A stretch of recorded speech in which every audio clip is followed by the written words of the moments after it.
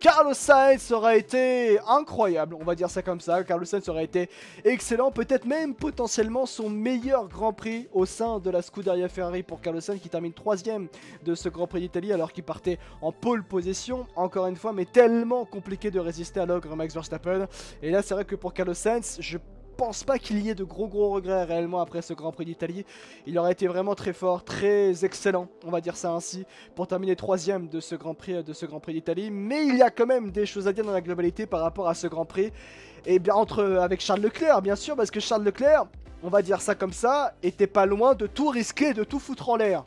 On va dire, si on veut être vraiment mauvaise langue, était pas loin de tout foutre en l'air du côté de chez Ferrari. On va se dire très clairement.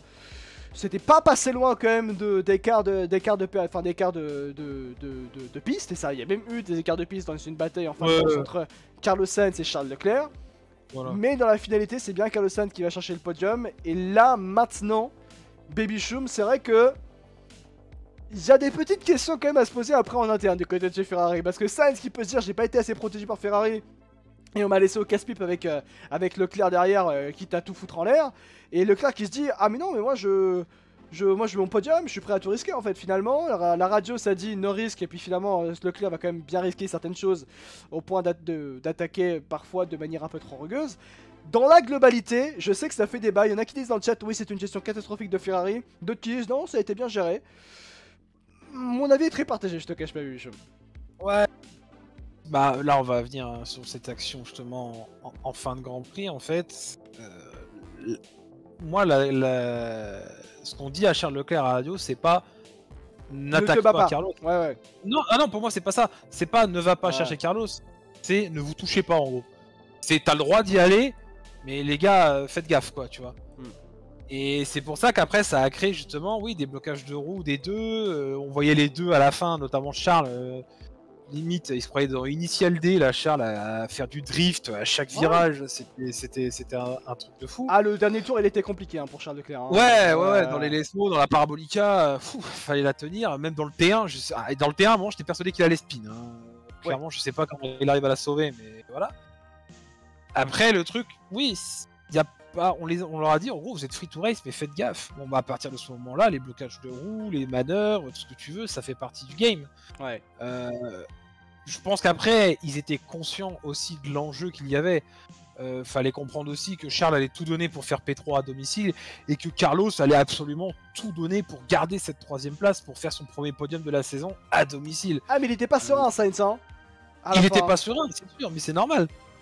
Et à un moment, c'est normal, tu te bats pour gagner ta 3ème place, là-dessus c'est logique. Alors qu'est-ce qu'il aurait fallu? Bah peut-être, je sais pas, à 5-6 tours la fin, quand on voyait Charles qui commençait à avoir un meilleur rythme de Carlos, c'est de dire stay position, voilà, no attaque, et puis là au moins t'es sûr qu'il n'y a pas de souci. Mais au final ça nous a donné quand même une belle bataille, ça s'est joué à rien, et moi j'ai kiffé. En vrai, moi, franchement, j'ai kiffé cette bataille. Ouais, il y a eu beaucoup de blocages, c'est sûr, c'est spectaculaire.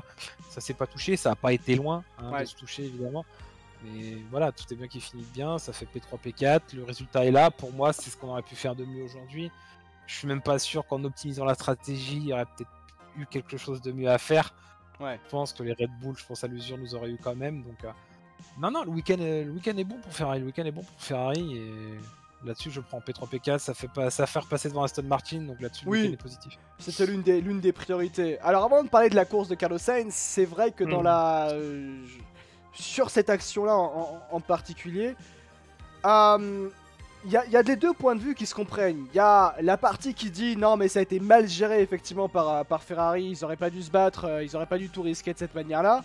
Et l'autre partie qui dit non, ça a été bien géré puisque dans la finalité, ça finit P3, P4. Et c'est les deux en fait. Les deux avis se comprennent. Mais moi, ce qui m'intéresse, c'est surtout Charles Leclerc.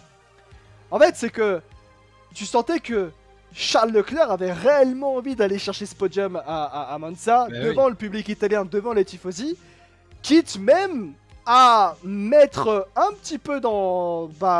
peut-être même presque avec ce facteur de je suis pas loin de ruiner quand même toute la course de Ferrari.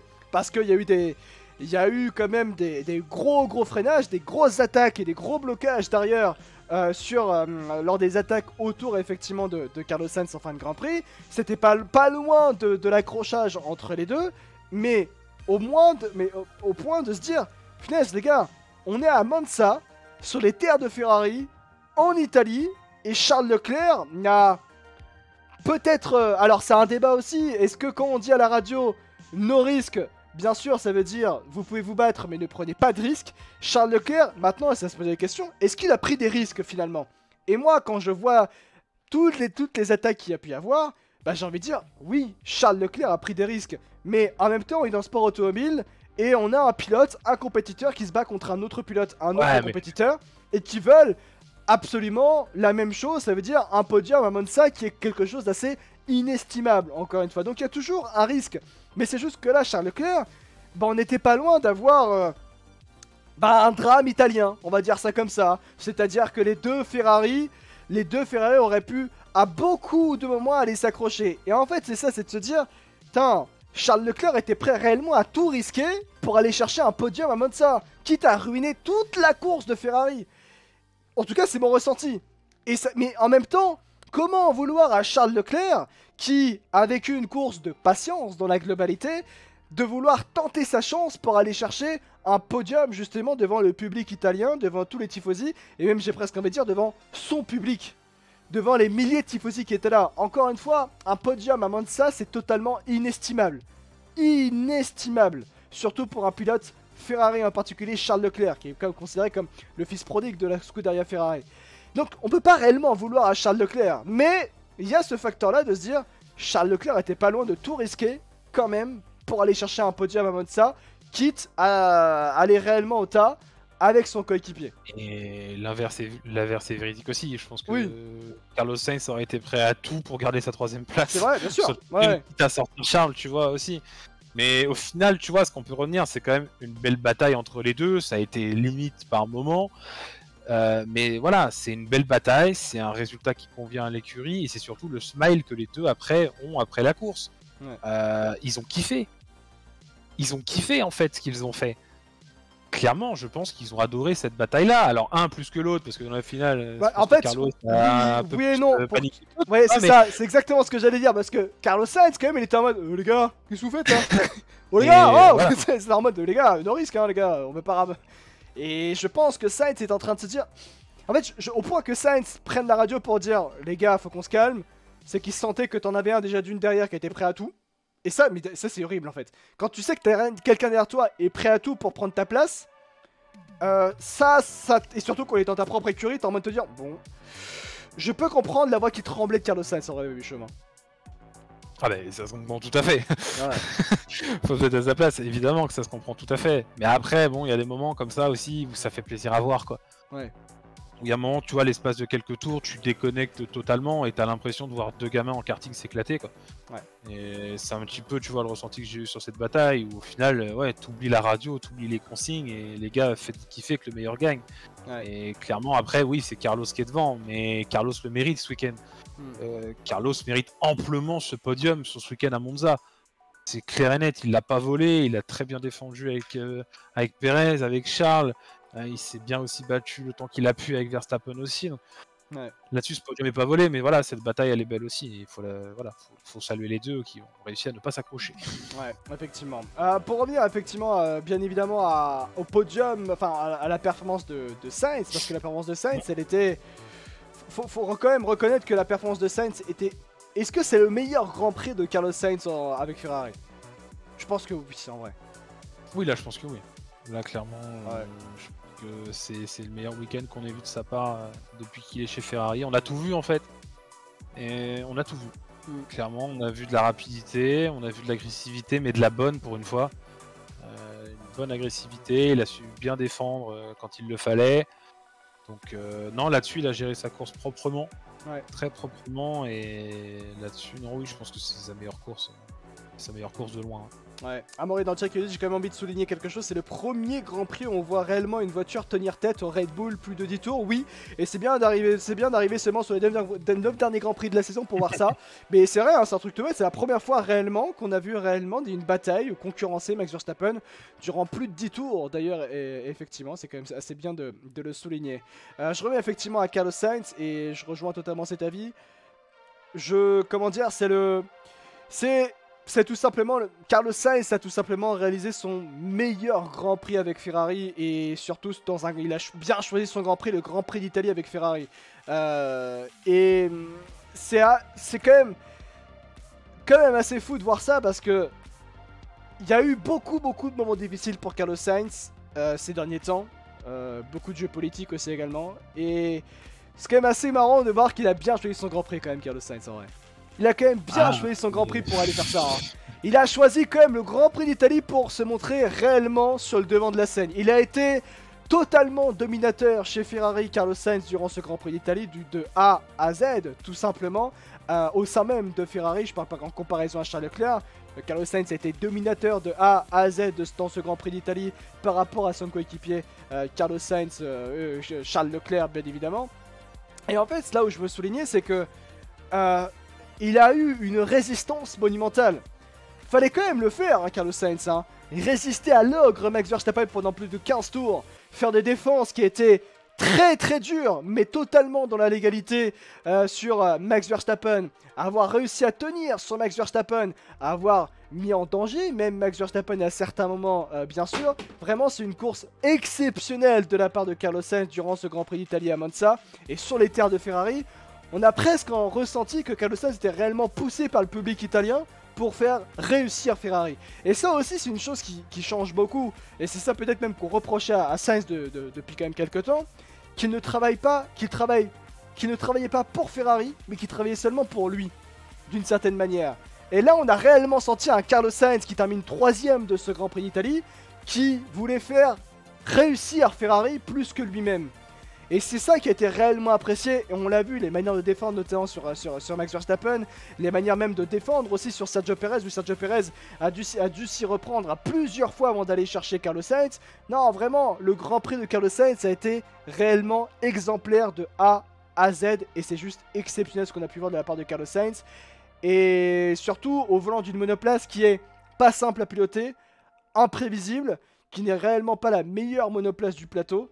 Mais là, à Monza, il y a eu quelque chose qui a été débloqué pour Carlos Sainz. Et c'est là où il s'est montré justement comme... Quand il peut être réellement l'un des pilotes les plus redoutables de la grille. Et ça s'est clairement montré durant ce Grand Prix d'Italie où il était même meilleur que Charles Leclerc, effectivement. C'est vrai que là, la comparaison avec Charles Leclerc durant ce Grand Prix a été quand même forte, Babychum. Forte, oui, il a dominé Charles tout le week-end. Ouais. Mais il y a un moment, voilà, il faut être réaliste aussi dans les déclarations. Je pense que beaucoup d'entre vous savent que j'adore taper sur Carlos Sainz parce que je l'aime pas, j'aime pas Carlos Sainz, c'est comme ça, il y a des pilotes qu'on n'aime pas, mais je le respecte énormément en tant que pilote. Et je le dis quand il fait de la merde, mais voilà, faut savoir le dire aussi quand il fait des bonnes choses. Et le week-end qu'il a fait à Monza est juste excellent. La course qu'il a faite à Monza, elle est excellente. Maintenant, il faut que ça dure. Maintenant, il faut vraiment que ce soit pas un coup d'éclat juste parce que c'est Monza, ça y est, et après, voilà, on retourne au lit et puis on recommence les erreurs d'avant, tu vois. Ouais. Non, il faut que ça continue comme ça, au contraire, il faut que ce soit un tremplin pour lui. Il avait peur que son contrat ne soit pas renouvelé ou quoi. Là, au moins, il a montré aujourd'hui que son contrat pouvait peut-être être renouvelé à l'avenir. Ouais. Donc, mais il faut qu'il continue comme ça. Faut pas que ce soit juste un podium à domicile et qu'il se contente que de ça. Vraiment, il va falloir qu'il continue à pousser Charles. Charles va falloir qu'il travaille aussi beaucoup plus. Oui, le week-end n'a pas été, on va dire, au niveau où on attendait Charles, certes. Ouais. Mais voilà, Carlos a répondu présent et tant mieux pour lui. Franchement, il a fait un bon week-end. Je lis un petit peu les messages dans le chat, bien évidemment. Moi, c'est pas lui que j'aime pas, mais tout ce qui l'entoure d'une certaine manière. Faut surtout pas le renouveler après ça. Faut voir sur 2 ou 3 Grands Prix, bien évidemment. Je vois ce que tu veux dire, effectivement. Alors, on a sorti une volonté de bien faire aussi du côté de Ferrari, notamment au niveau des pit stops, comme quoi ils étaient motivés. Et je pense aussi, mais il y a ça aussi, il y a cette pression monumentale du côté de chez Ferrari quand tu arrives au Grand Prix d'Italie. T'as cette envie où t'as pas le droit, pour le coup en Formule 1 t'as pas le droit à l'erreur, mais s'il y a bien un Grand Prix où t'as pas le droit à l'erreur quand t'es chez Ferrari, c'est bien le Grand Prix d'Italie. Les Grands Prix en Italie même. Bah oui, bien sûr.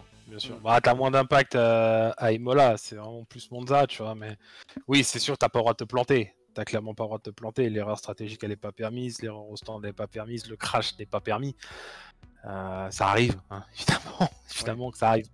Mais voilà, généralement en fait c'est... Oui, même Charles Leclerc en 2020, tu vois, mais... Ouais. En fait, t'as une certaine pression, tu vois, qui au final te galvanise beaucoup plus. C'est un Grand Prix à domicile, en fait. C'est un peu ton second Grand Prix à domicile quand tu roules pour Ferrari, quoi. Ouais. Tu deviens un petit peu italien. Enfin, quand tu vois tout le week-end, en fait, que tu passes, ou même la semaine que tu passes En Italie, t'as pas moyen d'être tranquille 2 secondes, quoi. Il y aura constamment des gens qui vont venir pour t'encourager, donc en fait c'est de la pression positive finalement, et tu donnes tout pour ces gens-là. Ouais. Et au final, oui, là c'est ce qu'ils ont donné avec le matériel dont ils disposaient aujourd'hui, où voilà, Ferrari a tout fait pour arriver le plus près possible chez eux. Ouais. Et au final, voilà, ça a marché. Ça a marché, donc là-dessus, c'est bien, c'est très très bien. Est-ce que tu penses que Carlos Sainz, son renouvellement... Alors, parce qu'en fait, ce que je veux dire par là, c'est que... faut rappeler Non, mais ce que je veux dire, c'est qu'on est quand même dans un contexte très important au niveau de la politique de Carlos Sainz et Ferrari. Il y a un jeu qui est en train de s'installer, un jeu de puissance, parce que Carlos Sainz a ouvertement dit par le papa, via les paroles du papa, donc Carlos Sainz Senior, que Audi était une bonne place pour l'avenir, que Audi était en contact avec le fils, officiellement il l'a dit, le père de Carlos Sainz, et qu'on est sur une phase de renouvellement de contrat, et que performer de cette manière-là du côté de Monza, je pense que Carlos Sainz montre déjà sa valeur, le fait qu'il est engagé dans Ferrari, et que peut-être que sa valeur a augmenté aux yeux de Ferrari. C'est un Grand Prix qui compte. Ouais. Maintenant, est-ce que c'est la seule raison de prolonger Carlos? Je ne pense pas. Je pense qu'il y en aura d'autres. En tout cas, s'il y a prolongation, on va pas capitaliser que sur un podium à Monza. Ouais. Ça serait complètement ridicule. Dans ce cas-là, on aurait prolongé Nicolas Latifi parce qu'il a marqué des points au Grand Prix du Japon. Ouais. C'est ce qu'on attendait de lui, tu vois. Donc voilà, c'est ce genre de choses. Non, c'est juste qu'il va falloir confirmer. Il va clairement falloir confirmer cette bonne prestation. C'est sûr que cette Ferrari ne sera pas capable de jouer les podiums chaque week-end d'ici la fin de la saison, c'est une certitude. Il y aura encore des grands prix où Ferrari ne répondra pas présent ou sera un peu plus en retrait, mais il va falloir quand même continuer à maximiser les résultats pour Carlos Sainz et pour Charles Leclerc d'ailleurs, mais surtout aussi pour Carlos. Et si cette fin de saison se passe bien en termes de résultats ou en termes de maximisation de performance, il n'y a aucune raison que Carlos s'inquiète, je pense. Yes. Il enterre Ferrari, nous dit ça nous dit dans le chat par rapport à Carlos Sainz Senior. Oh, ok, je sais pas ce qu'il a pu dire. On doit voir le côté positif. Ferrari a marqué des points constructeurs ce week-end. Le début peut-être d'une remontada aussi également. C'est vrai que pour la suite de la saison, ce week-end de Ferrari a été réellement très bon et peut-être ça a rapporté des éléments, mais en même temps oui et non. Pourquoi? Parce que il faut se souvenir que l'année prochaine Ferrari changera totalement de conception de monoplace de A à Z, hein, littéralement au niveau du châssis. Donc c'était un Grand Prix qui était objectif pour Ferrari, il faut le dire très clairement, mais pour la suite de la saison, est-ce qu'il y a réellement des enseignements à en tirer? Ah non, absolument aucun. Ouais. Ah non, absolument aucun. Faut pas, c'est pas parce que Ferrari a été performant à Monza qu'elle le sera autant jusqu'à la fin de la saison. Ouais. Non, c'est l'effet Monza, c'est Ferrari s'est préparé pour Monza, et voilà, ça a donné ce résultat-là. Mais oui, non, ce sera pas comme ça. Chaque week-end ne sera pas comme ça d'ici la fin de la saison.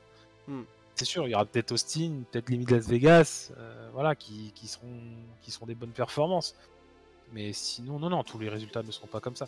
Mais après, dans la bataille face à Aston, la bataille face à la Mercedes, c'est des points qui comptent. Oui. C'est clairement des points qui comptent. Ça passe devant Aston Martin au soir de ce Grand Prix-là, c'est déjà une bonne chose, c'est 3ème, c'est bien.